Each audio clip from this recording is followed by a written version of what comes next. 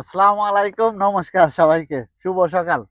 কেমন আছেন সবাই? দেখেন আমরা মাঠের মধ্যে কাজ করতেছি, ধান সিদ্ধ করতেছি, ধান কাটা হয়েছে। তো তো মা আছে না, নাস্তা বানায় নিয়ে আসছে চকের মধ্যে। কি নাস্তা আনছে? এই যে ইয়ে আনছে, নুডলস আনছে। তাই তো তারা দাও না, ওই যে আরো কাটা কাটা আইছে খেতের মধ্যে, জমির মধ্যে খাইতে আছে আরো দুইজন। ঠিক আছে, তো জমির মধ্যে খাবারের কিন্তু স্বাদই অন্যরকম হয়। ঠিক আছে,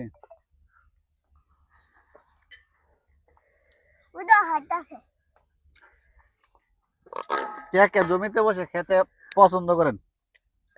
ধান কাটার জমিতে খাওয়ার কিন্তু স্বাদ অন্যরকম। ঠিক আছে,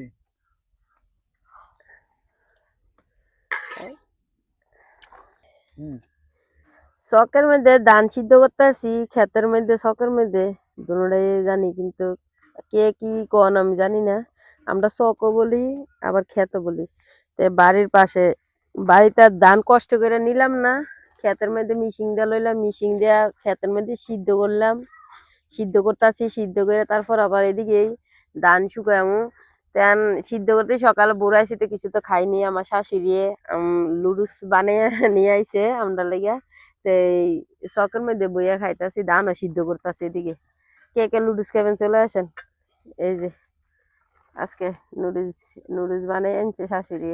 বাড়ির থেকে খানা বানিয়ে আনছে, চকে খাবো। চকে খাবার কিন্তু স্বাদ আছে বাবু, স্বাদ লাগেনি গো? চকে খাবার খুব স্বাদ। এই তুমি খাম কোন সময় খাইলাম ওখানে। দেন বিদেশ কাজ করে আইছে, গ্রামের কাজ কত কষ্ট বুঝক। আমি তো সবসময় একা একা কাজ করি। দেন প্রচুর কাজ করতে হবে, প্রচুর। বিদেশ তো আসি এই যে প্রচুর কাজ করতে ধান হবে। দেখেন, তো ধান দিতে আছে, ধান সিদ্ধ হয়ে যেতেছে। তো ধান সিদ্ধ করতেছি, জমিতে ভাত খাইতেছি, বাড়িতে যাওয়াই না। না, ঘর বানাই লইছি। গ্রামীণ জীবন দেখেন কিরকম, কি যে ভাল লাগে দেখেন। আর আবির অরণ্য বইয়া আরামসে খাইতেছে। এসবের আনন্দই অন্যরকম। সকালের বেলা মাঠে ভাত খাওয়া, মাঠে কাজ করার অন্যরকম শান্তি।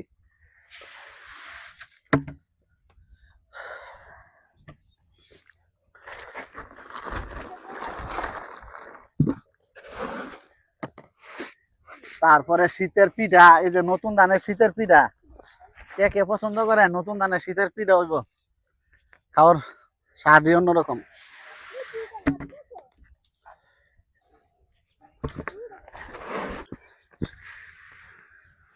দেখ বইরা দিছে ধান। এই যে আপনার দাদা, আমি আগুন দুমো ভালে সিদ্ধ করতেছে, আমি সিদ্ধ করি। আমার আমার কাজ ধান দেওয়ান আর ধান নামানেন, আর আমার তার কাম হলো সিদ্ধ করা। আমার হেল্প ঠিক আছে, করতেছে। গ্রামীণ জীবন। সবাই আমাদের পাশে থাকবেন, হ্যাঁ সবাই পাশে থাকবেন, লাইক শেয়ার করবেন, আর নতুন হইলে চ্যানেলটা কিন্তু সাবস্ক্রাইব করবেন। ঠিক আছে।